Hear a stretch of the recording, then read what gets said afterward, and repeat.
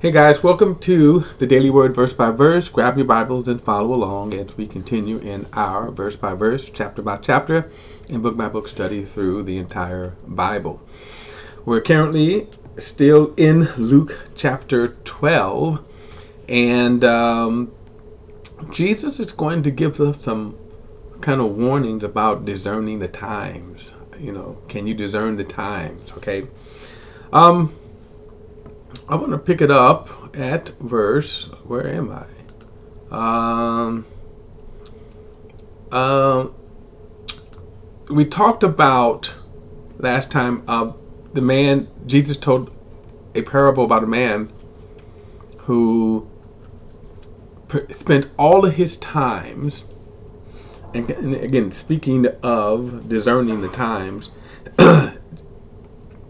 he talked about this man. He told a story about a rich man, who had just, life was great for him. His business was booming.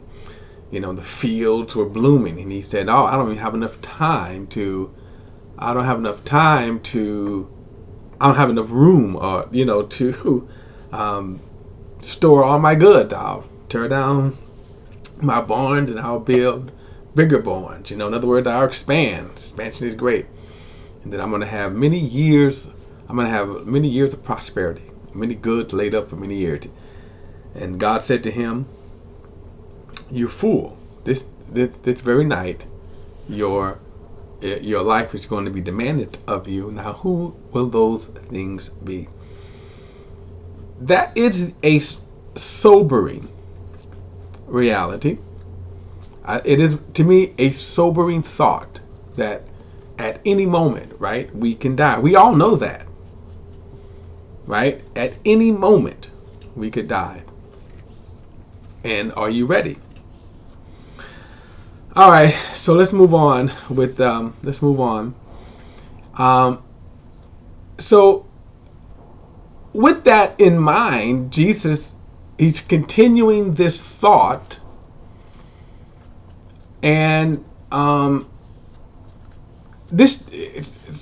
want to kind of scan through for something here. Remember, his thoughts really starts to warn the disciples that they should not take the heresy of the Pharisees, and don't fear them. Don't fear the Pharisees. And then he says that you got to make a clear choice between him. Don't deny him. Those who deny Jesus before men, he said he would deny them. He will deny them. And then there's, of course, a warning about the persecution that was to come. And then he tells this parable. So in verse 22, he says, then he said to his disciples, "Therefore I tell you, don't worry about your life, what you will eat, or about your body, what you would wear. For your life is more than food, and your body is more than clothing. Consider the ravens. They don't sow or reap. They don't have storerooms or barn, yet God feeds them. Aren't you worth much more than birds? Can any of you add a cubit to his height by worrying? And if then you are not able to do even the little things, why worry about the rest? Consider how the wildflowers grow. They don't labor or spin thread. Yet I tell you, not even Solomon in all of his splendor was adorned like one of these." If that's how God clothes the grass, which is in the field today and is thrown in the furnace tomorrow, how much more will he do for you, O you of little faith? And don't keep striving for what you should eat or what you should drink. And don't be anxious, for the Gentile world eagerly seeks all these things, and your Father knows you need them. Now, again, remember, he's talking about them in terms of, and notice he mentions the world, the Gentile world. Remember, Luke is writing here as a Gentile. and how easy it is for the now there's a couple of things. Let me get back. There's a couple of things here that's kind of interesting. Again, especially as Luke is writing this as a Gentile. Remember that the Jewish nation could have been the mightiest nation on the planet. They could have been that. God's design for them was to be a kingdom of priests, a nation of priests. They blew it. And what is interesting about that is, remember, God made all of these promises to them. He promised that he would bless their land. He promised that they would have, in fact, one of the interesting things, one of the reasons why the Babylonian invasion happened was because they never kept the 7-year Sabbath. Not the Sabbath, but the land rest. It actually was called a Sabbath, but it was actually I forget how many years that they were supposed to let the land rest for a period of time. I want to say a year. I think it was every 7 years the land was to rest. And what would happen is that the previous year, God would bless the land and give it a bumper crop. Well, the Jews never did that. And when you kind of go through the Old Testament, you find out they didn't really do a lot of things where the law was concerned. But that was one of the things. And so God said, you know what? Here is the total of the negligence of not letting the land rest. And it totaled 70 years, the total time of the captivity. But anyway, God had promised to bless the land. He had promised that out of any other nation, they would bless that. So therefore, that's why he's not, as Luke is kind of reporting that, and as Jesus is now talking to the Jewish people, don't worry about your life. Don't worry about what you're going to eat, because what? God has already promised that he is going to take care of you. Now, God is also talking to us, of course, his people. How we should not have the same drive and worries. Now, of course, he's not telling us not to make provisions and not to work. He's not telling us not to have careers. He's not telling us not to have all the, the things of life. Notice what he says, though. Don't be a slave to it. Don't be anxious about it. Why? Because he said God will take care of you. That is the, God will take care of you. Another thing too, and if you notice, he said, consider the ravens. Verse 24, consider the ravens. They don't reap. They don't have storerooms and barns, yet God feed them. And oftentimes think about this. Why is Jesus comparing us to ravens or birds? Why are they comparing us to flowers? Right? You can say, why is he comparing that? Here's the thing. They are being what God created them for. The birds are chirping, flying around, chirping. The flowers are sitting there, clothed out, right? Notice Jesus said in his estimate that the landscape is decked out more than Solomon can ever deck himself out. Okay, we think about the clothing industry, right? The multi-billion-dollar clothing industry. You want to get rich, get into clothing, get into makeup, all that kind of stuff. But he says God clothes them. So the message here is the not be worried about. Not to be worried about our life. But, let me go on and read. Verse 31, but seek his kingdom, and these things will be provided for you. I'm going to come back to this now. He said, seek the kingdom, and these things will be provided. As you are seeking God's kingdom, seeking God's will for your life, God will open the doors. God will feed you.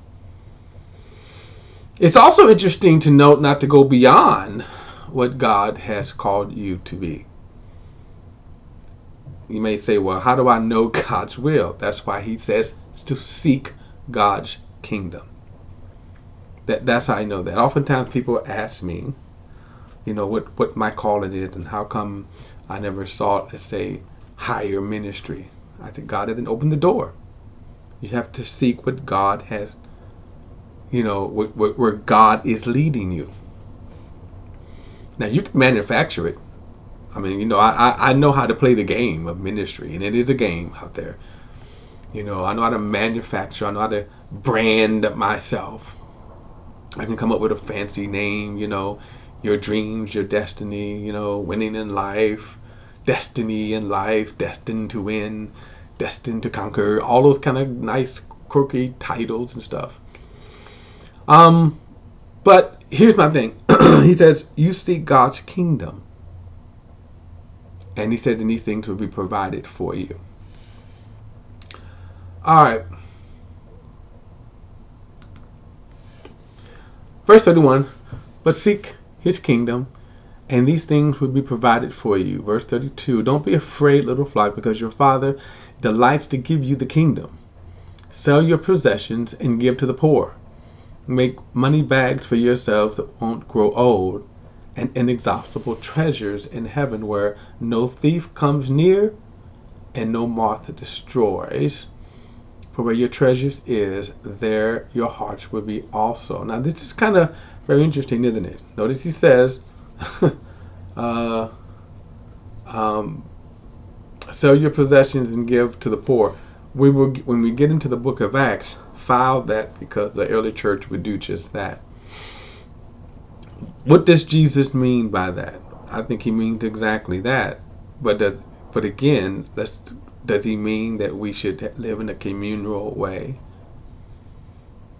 Remember the context here, and even go back to the story of the rich man. The idea, the contrast here would be hoarding riches. In other words, he's not talking about providing for yourself. Think about this. Not one single person after that went and kind of emptied their bank accounts, sold all their goods. Notice what he said, and gave to the poor. So when you hear statements, just like anything, when you hear a statement, remember when Jesus said that if your eye offend you, gorge it out. If your hand offends you, cut it off. Well, you didn't see anybody lopping off hands and gorging out eyes, we get what he means. So the idea, same thing, is that when he says sell your possessions and give to the poor, does he mean be poor? In other words, sell everything? And by the way, the apostles did not live in poverty. The apostles lived quite well. Paul even commented on that in 1 Corinthians chapter 9. Now Paul sacrificed a lot of times for the sake of the gospel. For example, to the Corinthians church, he did not take a salary, which he said, I can take a salary.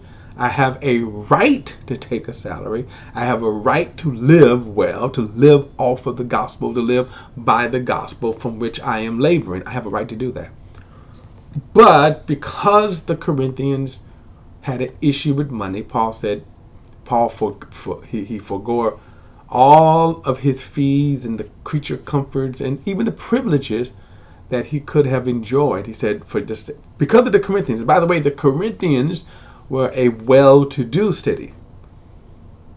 And so, like Philippi, for example, on the hand, the church in Philippi was more, they suffered on the poverty end of things, as opposed to Corinthians, they were well-to-do. They were hung up on that, and Paul said, you know what, I'm just not going to deal with that. And when you get into the 2 Corinthian letter, they was even upset that Paul did not take a fee. And that's what he explained to them, because you guys are hung up on money. Okay? And I'm not going to let anything be a hindrance to the gospel. So, again, when you look at the story that Jesus told, what did he say? Let me go back and read this, because this is why I remember this is the same This is the same conversation right here. Look at verse 21. This is how it would be the ones who stores up treasures for himself and is not rich towards God. This is why when you read scripture, read it in a narrative form, not verses. That's really the wrong way to read and study the Bible. Because when you come to a statement like this, and there were people throughout church history that did become poor. They took Jesus, in a sense, what he said, and said, okay, I'm going to sell everything that I have. There were the time, let's say around the 7th, 8th century, like around that time, where there were rich people, they would give everything away. Literally gave all of their riches away. They lived in the most base conditions. Okay, they didn't bathe, they didn't groom. I mean, seriously, they didn't, because they thought this is what Jesus meant right here. Now, again, what is he saying? Don't hold on to treasures. Don't hold on to money. Greed is something. We saw an example where people when Jesus said, "Follow me," they didn't want to let go of their riches. So, all right. Verse 35, be ready for service and have your lamps lit. You must be like people waiting for their master to return from the wedding banquet, so that when he comes and knocks, they can open the door for him at once. Now, this is again why he's saying don't cling to the things of this earth. Use them, but don't cling to them. Why? He says you want to be ready. This parable, of course, you need to understand it from the standpoint of a Jewish mind, a Jewish culture.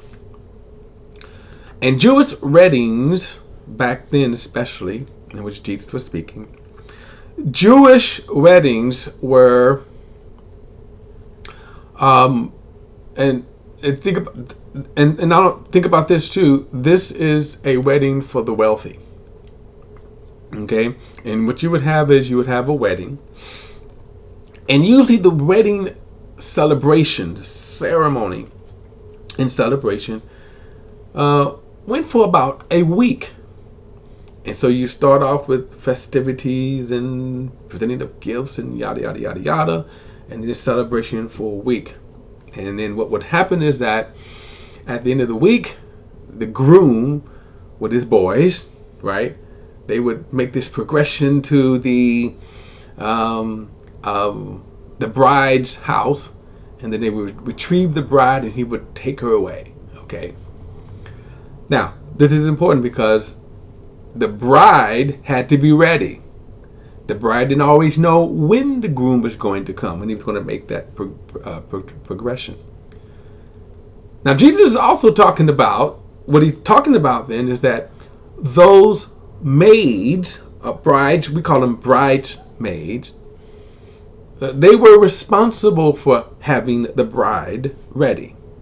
It was their job to make sure that when the groom came, she was ready to go out. And that's who he's talking about here. So he's talking about then those servants that wasn't doing their jobs. Okay. So he says, verse 35, be ready for service. Have your lamps lit. You must be like people waiting for their master to return from the wedding banquet, so that when he comes and knocks, they can open the door for him at once. Those slaves, the master will find alert when he comes, will be blessed. He says, I assure you, he will get ready and have them recline at the table, then come and serve them. If he comes in the middle of the night or in the evening evening near dawn, and finds them alert, those slaves are blessed. But know this, if the homeowner had known at what hour the thief was coming, he would have he would have let his house he wouldn't have he would not have let his house be broken into. You also be ready, because the Son of Man is coming at an hour you do not know, you do not expect. Now again, keep this in mind of sort of a Jewish wedding here, okay? Now look at verse 41. Lord, Peter asks, are you telling this parable to us or to everyone? Now the everyone again should be in the Jewish, he's speaking to the Jewish people here, the nation of Israel, okay? Well, let's see. Verse 42. The Lord said to him, who then is that faithful and sensible manager his master will put in charge of his household? Will put in charge of his household servants. I'm sorry, I don't know why I'm going to read 42 again. The Lord said, who then is that faithful and sensible manager his manager will put in charge of his household servants to give them their allotted food at their allotted time? The slave whose master finds him working when he comes will be rewarded. I tell you the truth, he will put him in charge of his possession. But if that slave says in his heart, my master is delaying his coming, and starts to beat the male and female slaves, and to eat and drink and get drunk, that slave's masters will come on a day he does not expect him, and at an hour he does not know, and will cut him to pieces and assign him his place with the unbelievers. It's kind of interesting there. And that slave who knew his master's will and didn't prepare himself or do it will be severely beaten. But the one who did know and did those things deserving of blows will be beaten lightly. Much will be required of everyone who has been given much, and even more will be expected of the one who has been entrusted much. Now, the idea of this parable here, you cannot apply this to the church.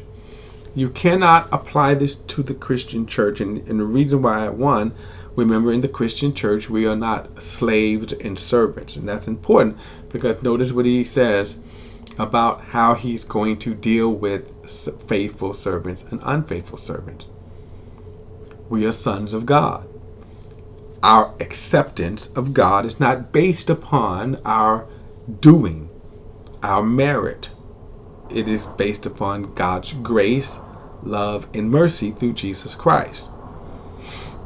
That's why I say you have to understand this story from the standpoint of an end time scenario, that as he's speaking to the nation of Israel and telling those Jews, be ready when your Messiah comes.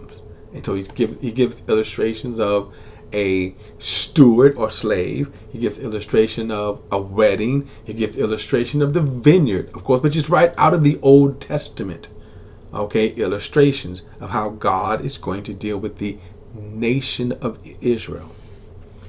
So we're not going to be beaten with many stripes because of our failings, thank God. Okay, and that's important. That's an important distinction here.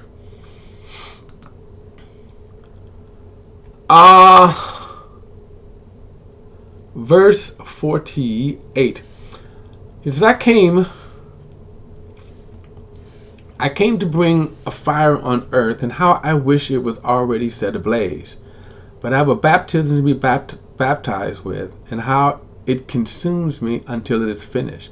Do you think that I came here to give peace on earth? No, I tell you rather divisions. From now on, 5 in a household will be divided, 3 against 2, 2 against 3.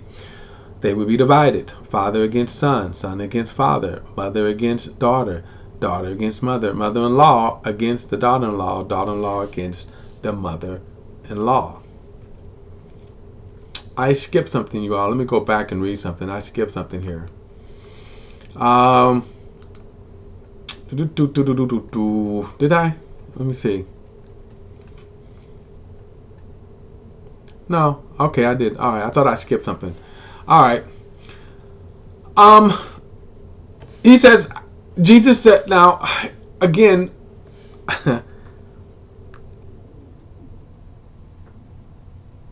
as he is speaking this, by the way, remember the threat the Pharisees had already put out, saying, in other words, they were actually able to relate to this in real time. Not only just in the future event, but in real time, because the Pharisees had already said that anyone who aligned themselves with Jesus would be ostracized. And so it's when he says, I've come to bring fire on earth, and how I wish it was already set ablaze. And then he talks about the baptism, by the way, in which we are baptized in that same baptism with Christ.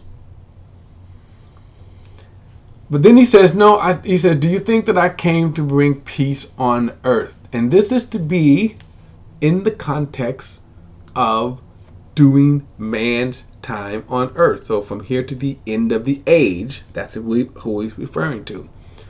And so the goal of Christianity, the goal of the gospel, the goal of preaching is not to bring peace. And he's telling us here there will be divisions, because the natural result of the gospel will be division. Why? Because people won't want to submit to God's plan. So his disciples, his believers, his people will always have to make a choice between the gospel in serving God, or rather than being friends of the world, being friends with the world. You need to know that is going to happen. It's not a matter of if, it's a matter of when. In other words, so even now, if you think about it, in our society, when you stand for the gospel, right now, when you stand for the gospel, you need to make a choice. And I'm going to give you some examples of this. A few years ago, there was a Christian who was in, I think it was a Miss America pageant. And one of the judges, who happened to be gay, asked a question. I thought it was a setup question at the time. And he asked the question, he said, what do you think about, I think it was something about the right for gays to have marriage. And she answered and said that she believed that marriage is between a man and a woman. And you could tell the audience kind of was murmuring boos and stuff, and the judge kind of gave her a scorn kind of look. Of course she lost the pageant. See, my question too would be, why are you in that pageant in the first place? This is going to be something right now that there was another lady. I think she was a gospel singer, but she also was an evangelist. And her singing landed her where I think she sung a song for a movie. The movie did well. I think the movie was there was Oscar buzz and all that kind of stuff. And she was invited to be on the Ellen DeGeneres show. And of course, as Ellen is a lesbian. But then somebody brought out tapes as her as an evangelist preaching against homosexuality. And of course, Ellen canceled her appearance. So my point to her would have been, why were you in that vein in the first place? You stick to the preaching of the gospel. You see, let me just say something right now, that there is, we're going to have choices, make choices. Okay? We're going to have to make choices. And Jesus is saying right here that, guess what? There will be a division even in your own household. And he says, so let it be. Verse 54, he said to the crowds, when you see the cloud rising, did I finish? Okay. He said, when you see the cloud rising in the west, right away you say a storm is coming, and so it does. And when the south wind is blowing, you say it is going to be a scorcher, and it is. He said, hypocrites, you know how to interpret the appearance of the earth and the sky, And why don't you know how to interpret the times? I want to notice. Well, let me read this again because I think this is kind of important. Um, one here. He says, "You know how to interpret the appearance of the earth and the sky, but why don't you know how to interpret the times?" This would kind of go directly to them because Jesus was doing preaching and doing the signs and the wonders. Now, sometimes we, in our day, we overthink it. Come on, every time some kind of natural disaster happens or something, we'll say the end times is upon us, and oftentimes we're wrong. People think certain numerology, and they're wrong. And I'm gonna tell you, as far as with the church age, let me tell you, we don't know when the church age is going to end. That's the whole point why people get it wrong so much, because we don't know when the church age ends. When it comes to prophecy, you are able to chart prophetically where you are. And I kind of talked about that when we did more of an extensive deep dive into the 24th chapter of Matthew. As I said, Daniel was able to read Jeremiah's prophecy and says, "Oh, guess what? The captivity is almost over." Okay, each time period you can be able to say, "This is where we are." If you was in the Grecian kingdom, you could read Daniel's prophecy and go, "Oh, guess what? This is where we are." Peter and them could have read Daniel's 70 weeks and says, "Oh, guess what? We are in week 69." And so there is a lot in terms of prophetically, we can locate where we are. Jesus says, "Hey, how is it that you don't know this?"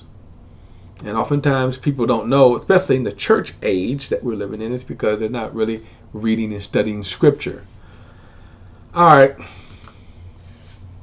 Verse 17. "Why don't you judge for yourself what is right, as you are going with your adversary to the ruler? Make every effort to settle with him on the way. Then he won't drag you before the judge, and the judge hand you over to the bailiff, and the bailiff throw you into prison. I tell you, you will never get out of there until you have paid the cent." Now, this is kind of an interesting statement here. This story. Why is he saying this? The Jewish nation is about to be evicted again. The Jewish nation is, Jesus had predicted, and that came to pass in AD 70. He's going to tell a couple of other parables to that effect. That, they were talking about the Jews. In fact, I think we're going to get into, we're going to, chapters 15, 16, and 17, believe it or not, he's going to address this again. When he's going to tell them, it's like, the very people that you're despising are the ones you need to be making friends with, because guess what? When you fail. Now, on another side piece of wisdom, sometimes it's better to work things out before they go to court. Okay, don't be in pride, and we can say that in divorces. You can say that in sometimes business splits. It's best to try to work things out before they go to court. But all right, guys, look, chapter 13 in our next study, and again,